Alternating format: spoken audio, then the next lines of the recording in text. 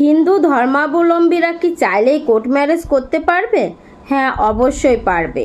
এক্ষেত্রে অবশ্যই court marriage করার পূর্বে তাদেরকে তাদের ধর্মীয় রীতিনীতি অনুসারে বিয়েটা করতে হবে, 7 পাক দিতে হবে, ঠিক আছে, সিঁদুর পরাতে হবে, সকল নিয়ম নীতি অনুসরণ করার পর কোর্ট ম্যারেজটা করতে হবে। তার পরবর্তীতে যেটি বিধান রয়েছে সেটি হচ্ছে তারা একসাথে থাকতে পারবে, কিন্তু যদি তারা মনে করে যে আমরা একসাথে থাকতে চাচ্ছি না, আমরা সেপারেশনে যেতে চাই। হিন্দু ধর্মে কিন্তু ডিভোর্সের কোনো বিধান নেই। ডিভোর্সের বিধান না থাকলেও কিন্তু কোনো একজন হিন্দু ধর্মাবলম্বী চাইলেই সেপারেশনে যেতে পারে। ইভেন তারা সেপারেশনে যাওয়ার পরে এটাও ডিক্লারেশন করতে পারে যে তারা চাইলে অন্য জনকে আবার বিয়ে করতে পারবে।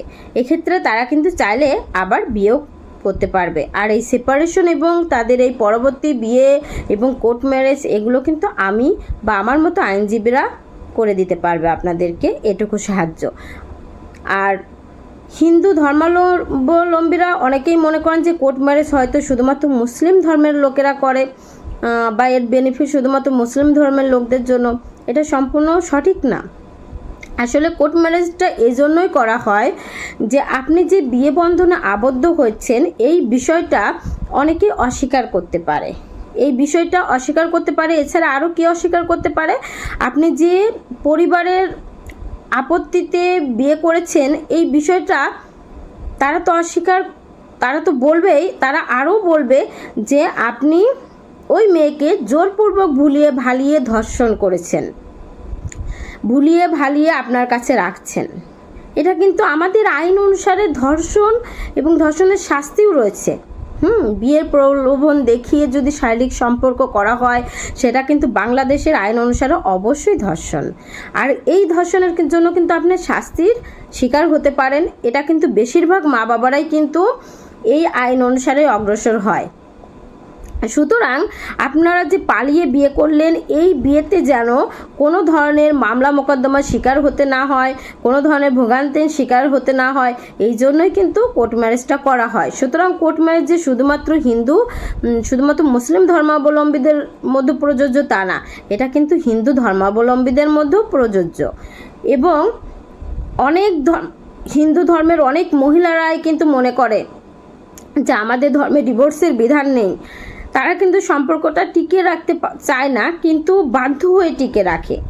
তাদের উদ্দেশ্য করে বলছি, তারা কিন্তু চাইলেই সেপারেশনে যেতে পারবে একজন আইনজীবীর মাধ্যমে, এবং সেপারেশনে তো যেতে পারবেই, সাথে কিন্তু তারা চাইলে অপরজনের সাথে বিয়ে বন্ধনেও আবদ্ধ হতে পারবে। একজন আইনজীবী কিন্তু এই ব্যবস্থাটা হিন্দু ধর্মাবলম্বীদের করে দিতে পারবে। আপনারা এই ভিডিওটি বেশি করে শেয়ার করবেন যাতে ওই সকল ভুক্তভোগীরা এই বিষয়টি জানতে পারে।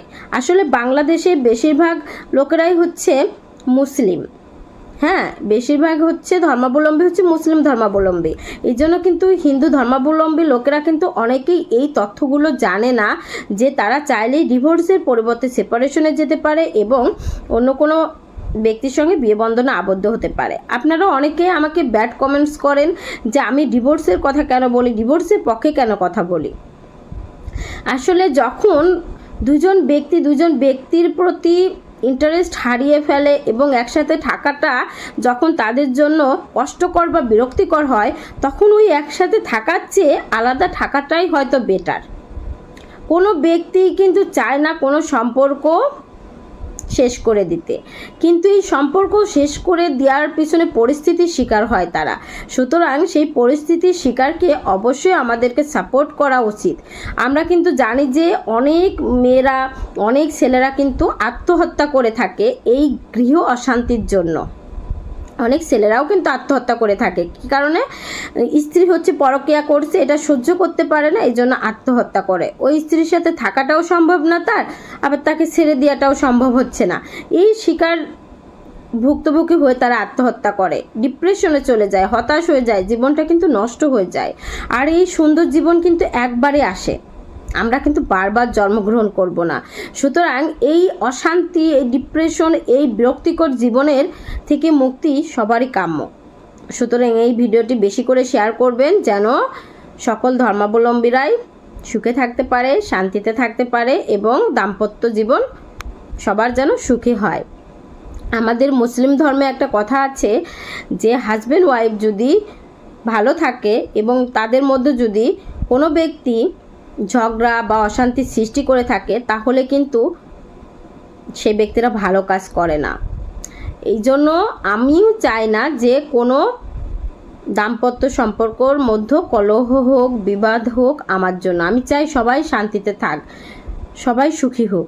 আমি ঢাকা জজ কোর্টের একজন আইনজীবী। যারা আমার সঙ্গে সাক্ষাৎ করতে চাচ্ছেন তারা স্ক্রিনে দেওয়া নাম্বারে আমার সঙ্গে যোগাযোগ করলেই হবে। ভালো থাকবেন। আসসালামু আলাইকুম।